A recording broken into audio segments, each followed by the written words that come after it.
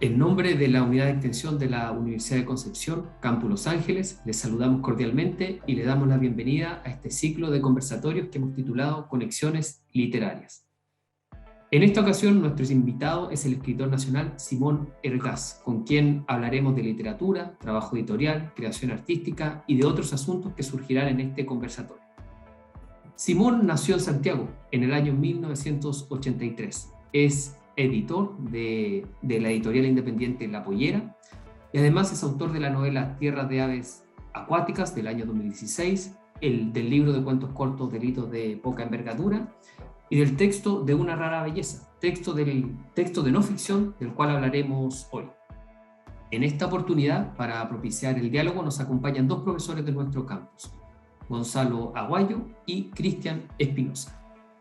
Estimado Simón, agradecemos su amabilidad y generosidad al aceptar nuestra invitación a participar en este conversatorio. Y para comenzar este diálogo, le solicitamos, Simón, si nos puede hablar acerca del trabajo editorial de La Pollera. ¿Cómo surge este proyecto? ¿Cuál es su línea? ¿Cómo surgió este trabajo editorial? Gracias, Simón. Bueno, primero, hola, los saludo y les agradezco la invitación. A mí siempre un gusto hablar de estas cuestiones y sobre todo si hay interés en escuchar y en conocer más del proyecto. Como tantas cosas en las editoriales independientes, La Pollera nació sin querer. Decir, con mi socio Nicolás Leighton estudiamos literatura, siempre fuimos escritores, estábamos saliendo de la U, queríamos buscar una forma de mantenernos cerca de la literatura. Y en ese momento la docencia no era nuestro camino. Digo en ese momento porque mi socio ahora es profesor universitario. Y nada, entonces armamos una revista cultural, digital, se llamaba lapollera.cl, después de alguna... Yo empecé a jugar con la idea de un pollito saliendo de un cascarón en las primeras editoriales mientras armaba el equipo de trabajo, y mi primo es pintor, dibujó unos pollos, y se fue armando hasta que quedó el nombre La Pollera, y era también la idea de que fuera como un gallinero, una especie donde la gente pudiera entrar y ser uno más, digamos. Buscábamos hablar de arte y literatura sin tecnicismo,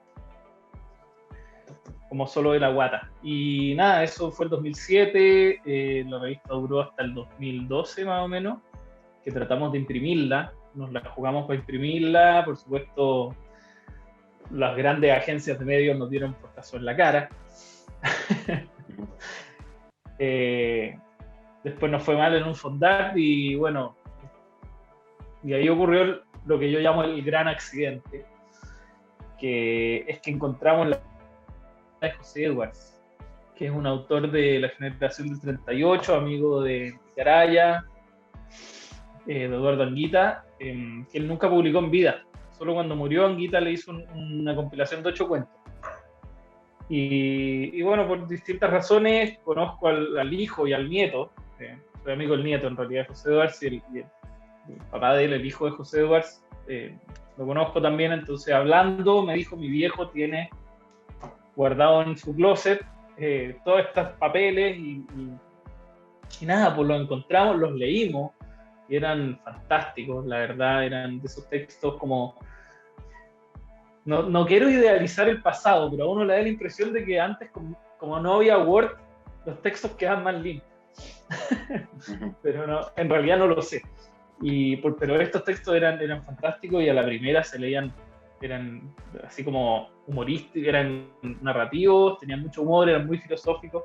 Y hicimos un fondo del libro bien grande para sacar las obras completas del autor.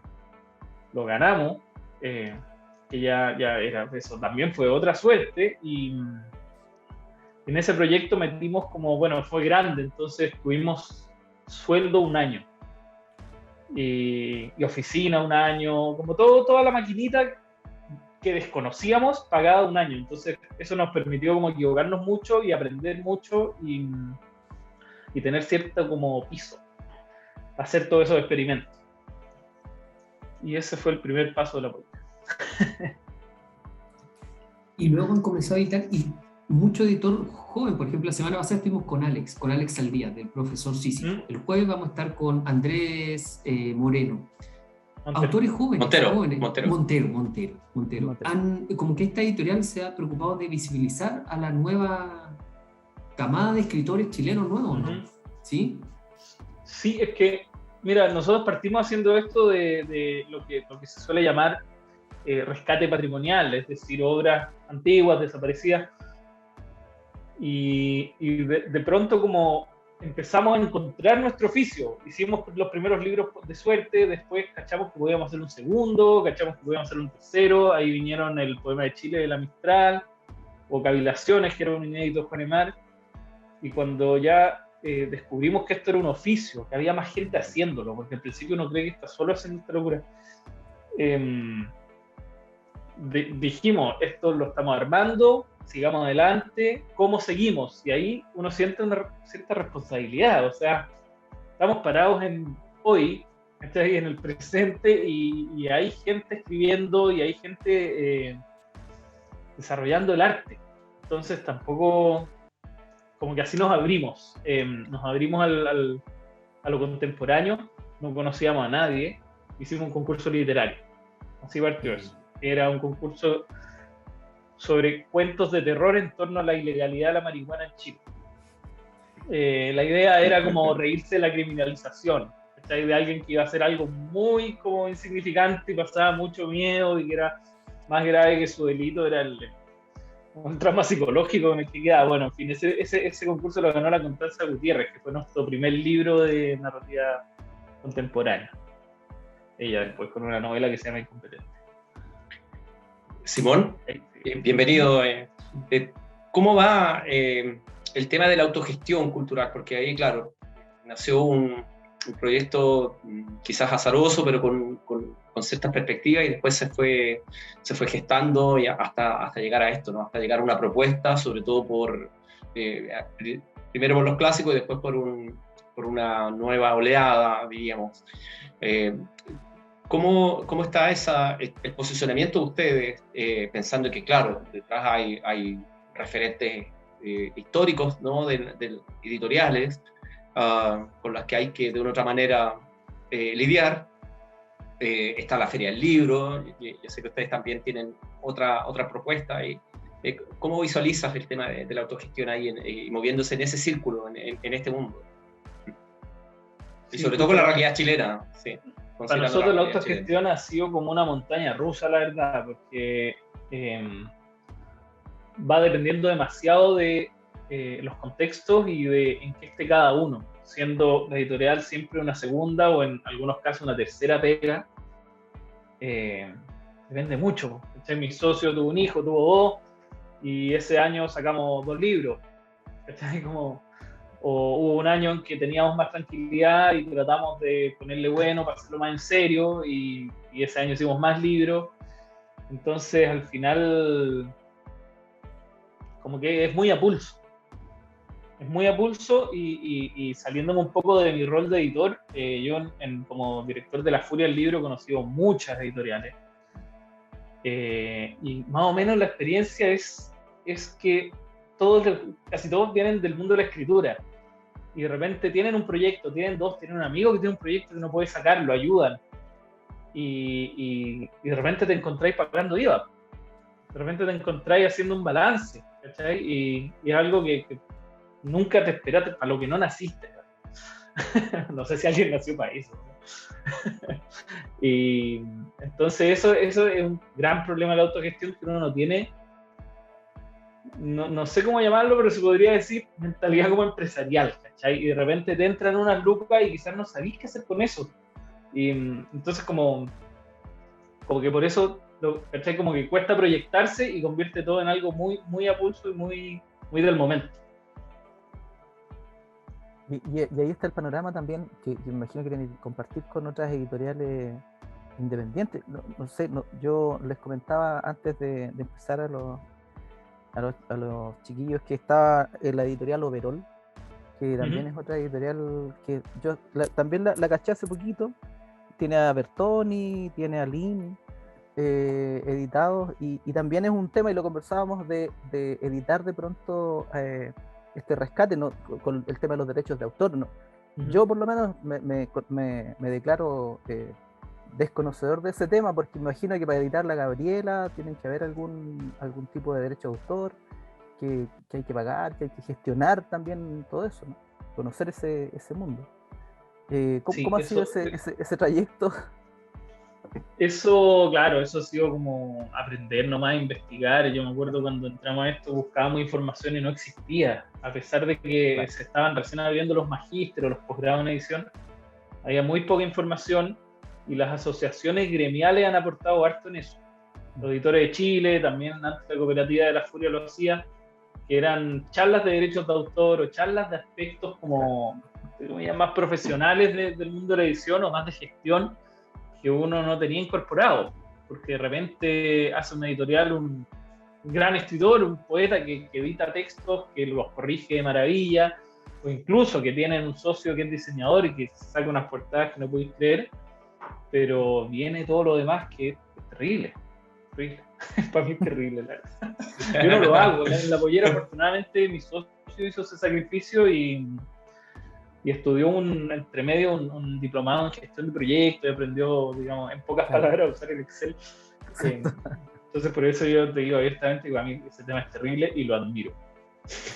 Ustedes han editado a escritoras como Elaine Vilar, editaron Salomé, que lo leímos nosotros, hicimos uno de estos mismos programas sobre Elaine Vilar, sobre Salomé, leyendo esta novela que la conocimos así también de casualidad, y nos pareció una tremenda escritora, una tremenda novela.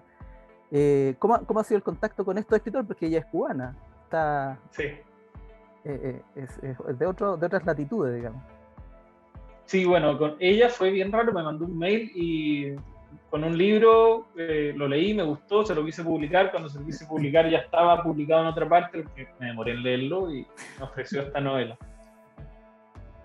La verdad, con la Elaine fue más casual, como te digo, fue por mail, pero hay un pequeño plan que hemos tenido en la pollera desde el principio, que es Argentina, porque encontramos que es un país cercano, que el público es más o menos similar, más o menos.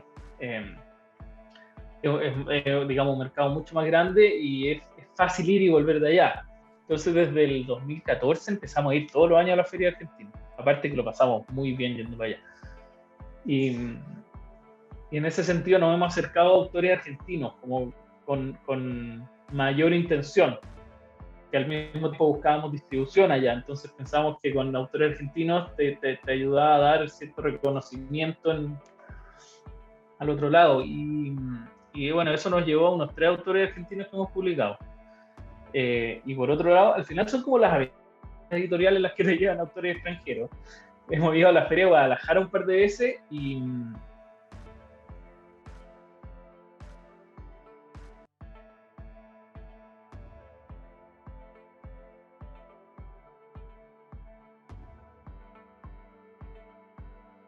dentro de todo este trabajo interesantísimo de ir y venir, de ir buscando, ¿cómo visualizan ustedes el panorama literario? No sé si le tienen digamos, algún tipo de descripción genérica de cómo se está dando. Si son relatos, podríamos hablar de una generación, diríamos, global, que recoge una escritura, qué sé yo, preocupada de los grandes temas de la humanidad, o está focalizada en nuestros propios dilemas, dolores, inquietudes. ¿Cómo visualizas tú la panorámica de la literatura chilena, de los escritores que ustedes han editado, y cómo también los pesquisan, ¿no? ¿Cómo está esa búsqueda ahí? Sí, bueno, dentro de los últimos años ha habido algo que ha sido llamado la literatura del yo, o autoficción, también lo han dicho, y que es una forma de enfocar la literatura, digamos. No sé si tendrán que ver quizás los nuevos medios, que ahora leemos y escribimos más de nosotros mismos en redes sociales todo el tiempo, pero desde hace unos años, o sea, años, hace menos años, hace poco tiempo, como que he sentido que hay muchas reacciones. Como más crítica, como que, no sé, como perspectivas que recuerdan que la literatura también servía para entrar en vidas ajenas o para imaginarse otros mundos. Y desde hace poco he sentido como que se está buscando recuperar eso en varios lugares. A mí me gusta, yo no lo mencionaron en la biografía, acabo de publicar una novela en Alquimia hace un mes, es una novela distópica, es algo, por supuesto, que nunca me pasó a mí, a diferencia de la que leyeron ustedes, ¿cachai? Que justo de esa época, bueno, de familiar, pero eso es lo que siento, como si llegó hasta el final el péndulo de la autoficción y está volviendo. Esa es la sensación que me da la vez. Simón, una consulta, y para en regiones hay muchos escritores y muchos se quedan simplemente en el anonimato. ¿Cómo podría un escritor penquista, en nuestro caso, de la provincia del Biobío, qué recomendación le darías para tratar de que su trabajo, creación literaria, no se quede simplemente en el papel? ¿Cómo podría, para que se difunda? ¿Qué podría hacer? Es difícil eso. Yo antes hacía un taller sobre ese tema, que se llamaba Después de escribir. Eran tácticas para presentar manuscritos editoriales y para entender un poco el mercado editorial, porque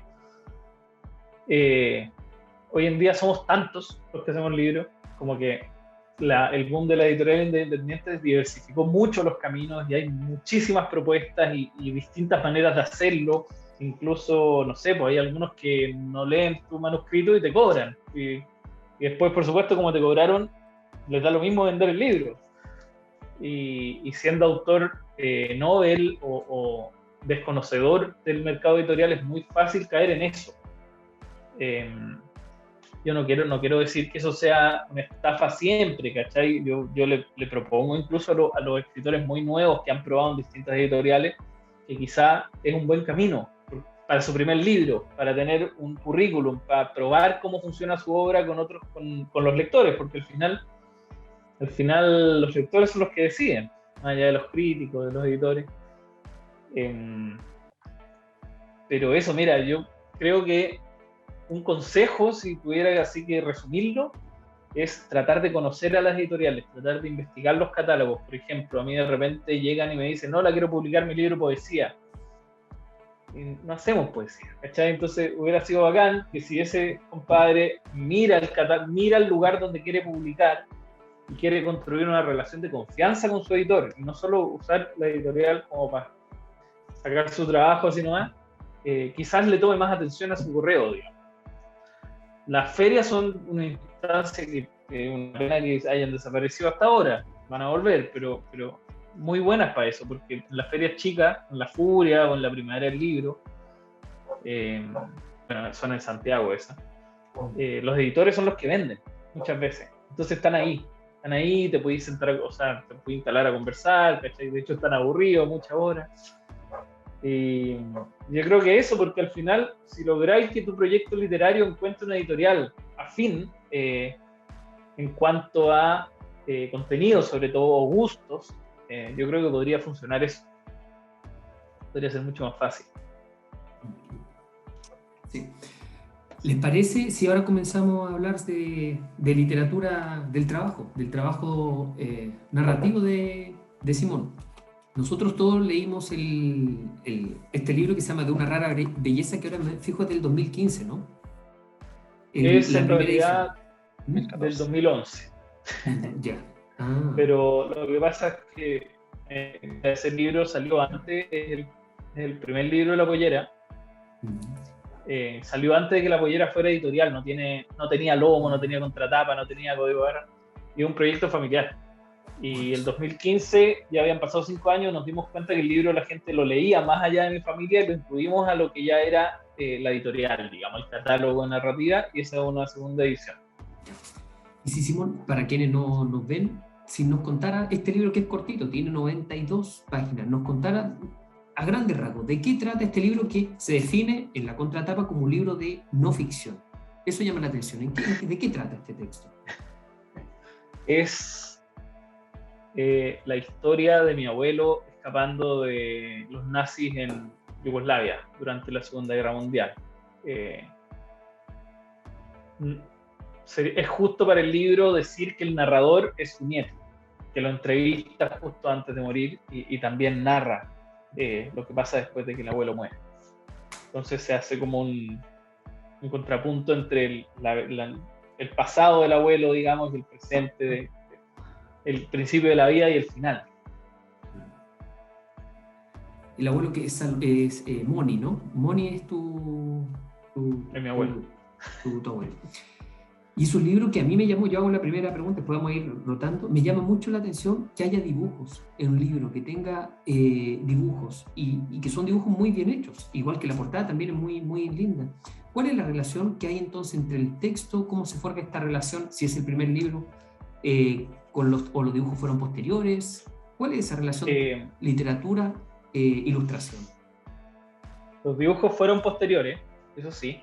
Pero no sé si te acordáis cuando te conté cómo nació la pollera, que te dije que mi primo era pintor. Entonces, nada, mi primo se llama José Mayor. Yo crecí con él, es mi hermano, y nos unía la relación con el abuelo también. Entonces, por eso lo incluí en el proyecto. Yo tenía el libro escrito, pero le pedí que él hiciera las ilustraciones y la portada. De hecho, es interesante porque en la portada del 2011 era muy gris. Había pasado un año desde que murió mi abuelo y ahora en esta portada que rediseñó 5 años después... está llena de colores. Es otra cosa, claro. Ahí se ve mejor, sí. Como que es como una especie de... como el tránsito que ha hecho el luto también. Claro, porque es muy colorida, es muy alegre la portada. Uno no esperaría leer el texto, encontrarse con gente arrancando de la persecución nazi, está llena de colores, es un paisaje primaveral. Sí. Gonzalo, Cristian, ahora... Sí, yo quería preguntar sobre el título y a propósito de lo que conversabas delante, ¿no? Del panorama del yo, porque de una historia personal pasas a una historia colectiva, a un dolor colectivo que se ha visto revisitado muchas veces desde Ana Frank para adelante, ¿no? Después toma qué sé yo, una serie de relatos de esta tragedia, de un holocausto que vivieron judíos, que vivieron gitanos, que vivieron homosexuales, etc. ¿Dónde está esa conexión con el título de esta rara belleza? Esa lección ahí de un título que, digamos, a partir de... porque la mayoría de la historia, ¿cierto?, transita en esta dolorosa escapada a la diáspora que implicó una más dentro de las que ha tenido el pueblo judío. ¿Cómo está esa relación ahí de la rara belleza con la historia, ¿no? Sí, mira, de partida la frase era una que decía mi abuelo, por eso lo usé de título, no está en el libro, pero lo quise citar por eso. Y lo otro es que, una frase muy poética porque al final siento que se debe aplicar a cosas que podrían no ser tan bonitas. Como tú dices, una historia de una tragedia, o la historia al final de la muerte de mi abuelo. Como que sentí que detrás de escribir este libro hubo un descubrimiento muy grande para mí, que era como toda la, no sé cómo decirlo, la belleza y la sabiduría que finalmente él obtuvo y que nos entregó a nosotros. No quiero decir gracias, pero gracias a lo que le pasó, ¿cachai? Que es algo que al final te pasa la historia por encima, tampoco es que tú puedas decidir si te va a pasar o no eso. Entonces al final, como que la vida entera se vuelve una rara belleza, porque tiene todo esto y nada, pues, y tratamos hay que tratar, no sé, para mí fue muy, muy recomponedor buscarlo, más que encontrarlo, porque no sé si lo encontré o si para todos en el libro va a significar lo mismo que para mí, pero buscarlo para mí fue muy recomponedor y muy reconciliador. Está de más, no está de más decir, pero la historia yo no la pude escribir hasta que mi abuelo murió. Yo lo alcancé a entrevistar justo y me da vergüenza, me da miedo usar su historia, usar una historia que no era mía. pero nada, al final como me pude zambullir en ella y tratar de ver desde los ojos de él. A mí me pasó que yo sentí esa, de alguna forma, en la lectura, esa, por así decirlo, reflexión que hace uno con estos momentos, ¿no? Con los momentos de la muerte de los seres queridos, que inevitablemente nos vamos a encontrar en esa circunstancia, y cómo te golpean, ¿no? Entonces, eso al principio a mí me quedó muy, muy, muy claro que el narrador, ¿no? Estaba en eso y estaba escribiendo desde ahí también, escribiendo desde ese momento, y tratando también de hacer la distancia del momento, ¿no? De generar la reflexión, de ponerle un poco digamos, de la distancia crítica a lo que estaba ocurriendo y empezar a escribirlo, ¿no? Y también, digamos, no quiero decir sanándose de eso, así como, pero sí también un poco de eso, ¿no? De escribirlo para irlo viendo con distancia, ¿sí?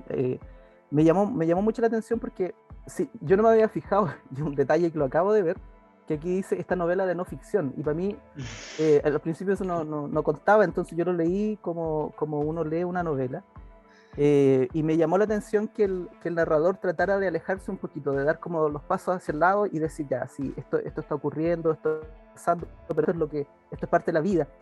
Y me gustó mucho ese ciclo que hace, porque parte haciendo una reflexión sobre el tema de la muerte, ¿no? De las explicaciones que nos damos, de cómo tratamos de reconfortarnos, ¿no? en el discurso, de decir cosas que nos reconforten, decirnos entre nosotros cosas que nos reconforten, ¿no? Como familia, como amigos, etc. Y luego, claro, viene esta frase tremenda que dice Moni, ¿no? Cuando muere la otra abuela, o sea, esta reflexión que está parafraseada, digamos, está contada la situación. Él había presenciado la muerte mala, la que llega antes de tiempo, la violencia. Su madre, los parientes asesinados. Me dijo que el deceso por vejez era un privilegio. Yo lo encontré, y ahí le encontré la rara belleza, ¿no? A eso. Porque justamente es una de las virtudes que tiene el libro, que te lleva a pensarlo, ¿no? Te lleva a pensarlo, porque además parte con una situación súper, digamos, cotidiana, alguien que se despierta con una noticia y ya de inmediato te entra a este ciclo y te mete, digamos, en el momento, en la circunstancia, ¿no? Parte en esa circunstancia. Entonces encontré que era un muy buen cierre, porque eso ya está casi al final no, está como a la mitad, un poco más de la mitad de la novela. Y hablar de eso, ¿no? El deceso por vejez era un privilegio. No sabía si era una virtud o un defecto, pero él no sufría por quienes fueran capaces de morir en sus camas con su familia, habiendo completado la vida. Ese lujo Moni también se lo pudo dar. Pareció hermoso porque eso es como es parte de lo que está gravitando en esta obra también, que a mí me pareció en ese sentido una muy buena reflexión sobre digamos, el tema, pero lo que nos sucede, ¿no? Lo que nos va a suceder a todos. Ese era como el comentario, digamos, que tenía sobre ese punto. Sí, bueno, también para mí fue un descubrimiento escribiendo este libro, que este tema que, bueno, como les decía, era una novela familiar, no estaba pensada de salir publicada como a distribución. Mi deber era descubrir la historia de mi familia, para mi familia, porque mi abuelo no se la había contado a nadie. Entonces descubrí que era como un trauma familiar, una herida como que se heredaba. Y nada, pues escribiendo de repente me encuentro en esa situación y mi mamá se murió cuando yo tenía 8. ¿Cachai? Y entonces de alguna manera me empecé como a integrar en la experiencia de mi abuelo, entonces fue bien especial todo eso. Y eso se nota en la escritura. Me llamó la atención eso, porque se da cuenta uno mientras va leyendo de la sensibilidad que tiene el escritor, ¿no? Y cómo el narrador lo va reflejando en la novela, porque ahí también hay una distribución que se genera de la historia, porque es contar, uno tiene que elegir, me imagino yo, cuando escribe uno elige, uno lo sabe por las reflexiones de otros escritores, el escritor elige de dónde parte. De alguna parte, en algún lugar hay que empezarla, en algún lugar hay que terminar la historia. Mira, te voy a contar un secreto. ¿Por qué La Solapa dice novela de no ficción? Este fue mi primer libro. Todavía yo no era editor, no publicaba nada, no había trabajado en el mundo de la literatura, y yo atribuyo esa frase a mi inseguridad. A mi inseguridad y a mi gusto por la ficción, ¿cachai? A que yo siempre he sido muy porfiado, incluso antes ni siquiera leía ensayo, ¿cachai? Yo, solo literatura, solo... Yo creo que de ahí viene esa frase. Y hubo un momento en que no podía escribir la novela por lo mismo, porque era yo, pues. Era muy difícil. Y se me acercó mi socio, que fue el editor de esta novela, y me hizo, bueno, trabajamos harto, y de repente se me acerca, me pone la mano en el hombro y me dice: tú en esta cuestión eres un personaje, ¿cachai? Ciérrate, identifica tus elementos en la historia, pero eres un personaje y trabájate como un personaje. Y así se armó, así logré armarla. Y empecé a encontrar, por ejemplo, los parangones de mi historia con la de mi abuelo, como que me ayudó a verme como un personaje de ficción. A mí me pasaba a medida que la leía, sentía que dentro de la cultura judía hay algo cíclico, algo como que se repite. Entonces hay una parte que me llamó la atención y que te iba a preguntar sobre eso. Dice: el primer hijo que tuvieron se llamó Darío por una vieja costumbre judía de herencia de los nombres.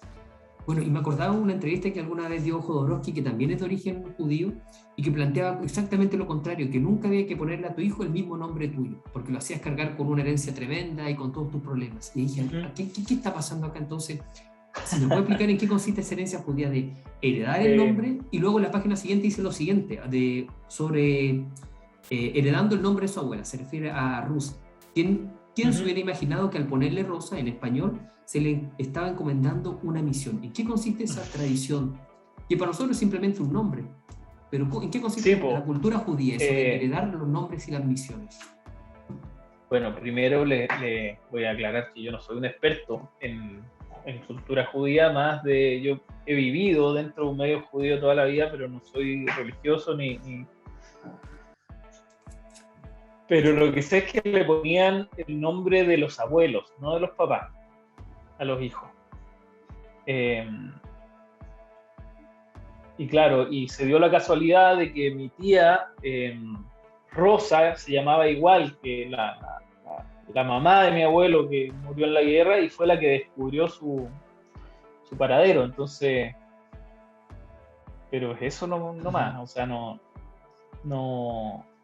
conozco digamos, la tradición específica de por qué se hace. Yo me imagino que es para no sé, los pueblos que emigran mucho tienen muchos mecanismos de como de encontrarse a sí mismos. Yo me imagino, bueno, por ejemplo, muchos almuerzos, mucha reunión.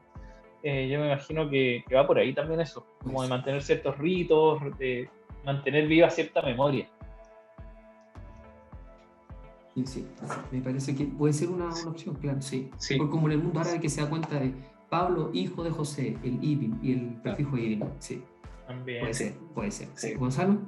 Simón, cuando lograste captar la historia que estaba detrás de tu abuelo, que la descubriste, me parece, al final, ¿qué pasó con esa visión que tú dices que aunque no sea, digamos, alguien que se haya involucrado, digamos, en el tema tanto religioso como en el propio tema de la comunidad?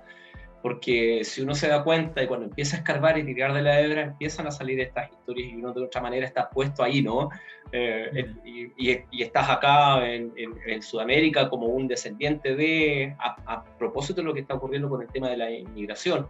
Y este tema se revisita mira, hace poco yo descubrí una película muy buena que es de Ferenc Torok, que es húngaro, una película que se llama 1945, donde ocurre algo parecido a la historia que decía tu abuelo, que la comunidad que fue expulsada después terminó la guerra y vuelven al sitio donde la gente los delató, les robó las cosas. Entonces está esa relación tirante y el propio cineasta dice que, bueno, la gente aquí se portó mal y había un sentimiento antijudío, ¿no? Para no utilizar mal la palabra antisemita. ¿Cómo visualizas tú? Hay una película polaca también, Ida, también vuelve lo mismo, al rescate de lo que ocurrió anteriormente. ¿Tú te viste en esa encrucijada de decir, bueno, esto yo lo voy a contar porque, claro, como ya te decía adelante, hay una historia personal, pero se llega inevitablemente a este tema histórico, al tema del entierro, al tema de la diáspora, etc. ¿Cómo estás ahí tú? ¿Cómo lo visualizas ahí cuando descubriste esta historia? Bueno, es muy potente. De partida, claro, como tú dices, me explicó muchas cosas, o sea, bueno, muchas cosas personales, como que yo tuve que ir al fonoaudiólogo cuando chico porque no podía decir la R, y era porque ninguno de mis abuelos decía la R, y bueno, no sé, supe que veníamos de Macedonia muy viejo. Algo que es muy curioso también que pasa en los hijos directos, es que los hijos directos no se sienten tan sorprendidos de esta historia. Mi viejo no estaba ni ahí. Entonces mis tíos sí, pero no tanto. Y de repente, no sé, porque yo digo, mi abuelo pasó por esto, ¿cachai? Por todo esto.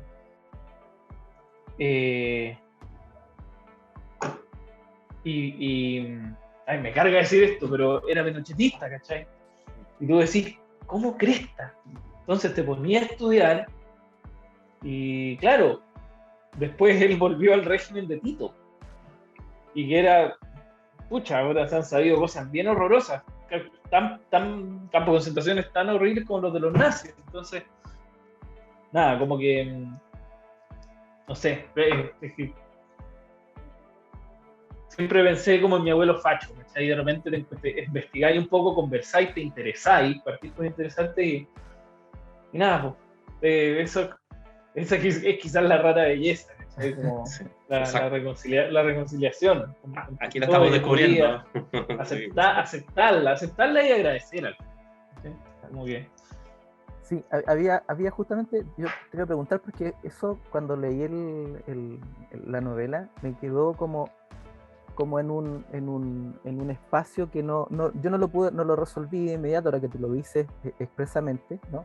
Está ahí, pues claro, digo, se subentienden ciertas cosas y tú lo dices, ¿no? El abuelo que terminó ahí, Moni, cuando termina odiando a los comunistas, ahí nace su odio, porque es también una vivencia, o sea, no es una cuestión abstracta, no es que leí el manifiesto, no me gustó, no, es concreto, ¿no? Te pasó. Y ese odio a los nazis igual, te jodieron la vida, ¿no? Y tuviste que irte. Yo no me imagino cómo...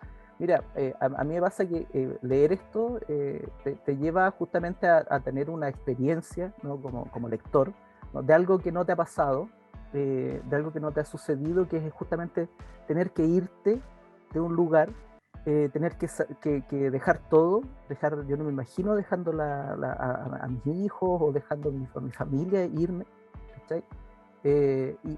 Fíjate que justamente lo que decía Gonzalo, este tipo de textos son súper necesarios hoy día, yo creo que son súper necesarios leerlo, es un texto que hay que recomendarlo en ese sentido también porque pone en evidencia un tema que se volvió hoy día y siempre ha sido también súper importante, que es la inmigración, ¿no? ¿Por qué viene la gente acá?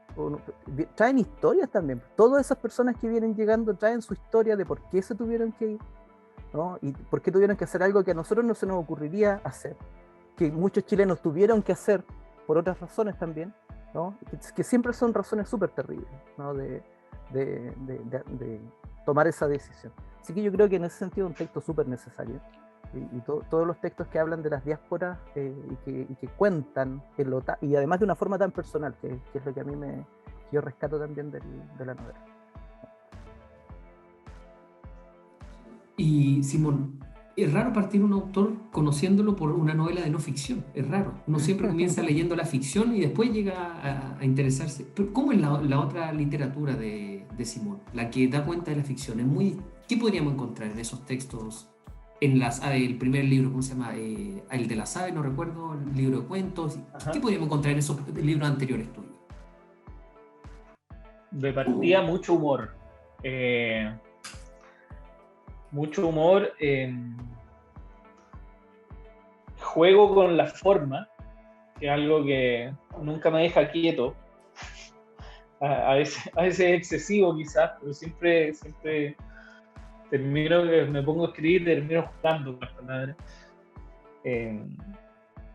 Y siempre también temas bastante políticos, como que son temas que me llaman. Por ejemplo, la novela Tierra de Aves Acuáticas es una ficción en torno al desastre que tienen las salmoneras en el sur. Estuve viviendo un mes en Nopidén y conocí todo eso. Después, la novela que salió ahora en Alquimia, que se llama La Oficina del Agua, es una distopía burocrática sobre la regulación del agua, sobre la privatización del agua, la regulación, digamos, por papeleos de un elemento natural. Esa es como la ironía que contiene. Y el Delitos de Poca Envergadura, creo que entretuve mucho escribiendo, porque son puros cuentos cortitos en base a la exageración de la rotura de leyes más o menos insignificantes. ¿Cachai? Entonces son una escritura muy, muy paródica, por decirlo de alguna manera. Es como si te cayera el golpe por cruzar con roja, ¿cachai? Como si fuera una cuestión así.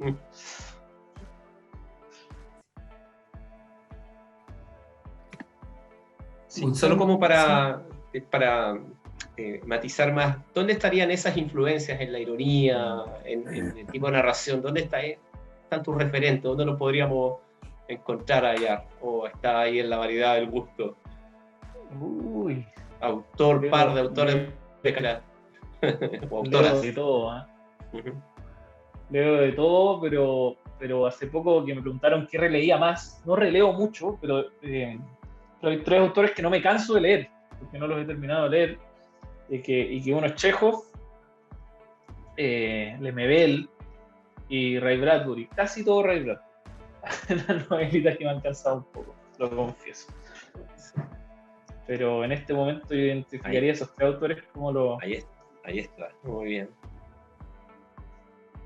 Y nosotros conversábamos también con Alex Saldías a propósito de eso que tú dices, ¿no? De la escritura lúdica o de invitar al juego, ¿no? al lector. Escribir jugando y digamos la propuesta cortasariana también, ¿no?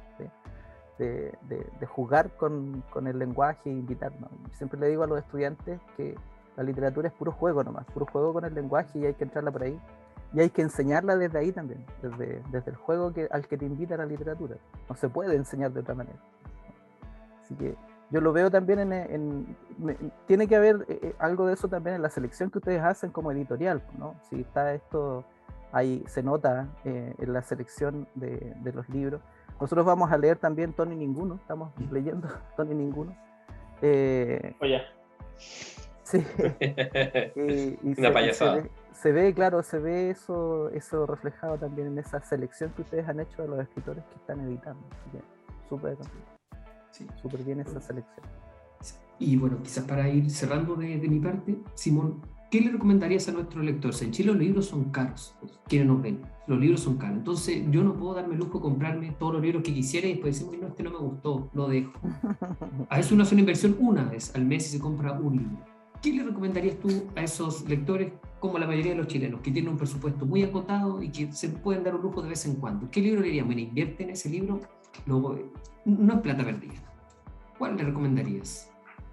En la línea de los libros que hemos estado conversando, que juegan con la literatura y que hacen, digamos, con la forma, y que a la vez tienen un contenido político y emocional muy grande. Creo que El Museo de la Bruma es una de las mejores novelas de los últimos años, de Galo Gigliotto. Ganó varios premios. Eso, yo creo que esa obra es tremenda. Y para ahorrar en las épocas de feria, en las épocas de feria las editoriales bajan sus precios. Así que hay que estar buscando el mejor momento. Estamos en el cyber, así que están todo a mitad de precio. Sí, o sea, por ejemplo, nosotros en La Bollera tenemos lunes, martes y miércoles todo a 40% de descuento. Claro, y tienen packs también, venden unos packs de súper Sí, no, yo por mi por eso te parte, digo, ahí. sí, agradecer a Simón haber estado con nosotros conversando sobre editoriales, también sobre su obra tan personal, que es de una rara belleza. Lo mostramos ahí de nuevo para que si lo tienen, esta editorial La Pollera. Sí, agradecer por mi parte, conocerte y que hayas aceptado conversar con nosotros, que como te decía, nosotros armamos este programa que queríamos conversar de literatura que nos gusta y siempre estamos en esa. Empezamos a elegir libros, a leer y a comentarlo, así que agradecido de haberte tenido, Simón. Sí. Y gracias por los contactos, porque Simón nos abrió el mundo a muchos autores como Alex, que estuvo el lunes pasado, a Andrés, que viene, a Bárbara, que vamos a estar más adelante con ella. Así que gracias por ofrecernos, por la generosidad, por ofrecernos la posibilidad de hablar con autores emergentes. Ya, pues no, yo les agradezco a ustedes porque estas instancias siempre son, digamos, al final la gracia, yo creo, para los escritores de publicar un libro son las lecturas que van a tener el libro. Quizá en algún momento uno se puso más rígido, pero lo bonito es que todos leen distinto. Y en estas conversas uno también se entera de eso, pues, y vas tú mismo descubriendo de repente cosas que no sabías de lo que hiciste. Entonces, yo estoy muy agradecido de que me hayan invitado y lo sé muy bien. Gracias, Simón, buena suerte. Que vaya bien. Gusto en conocerlos. Muchas gracias, Simón. Un abrazo. Chao. Chao, chao.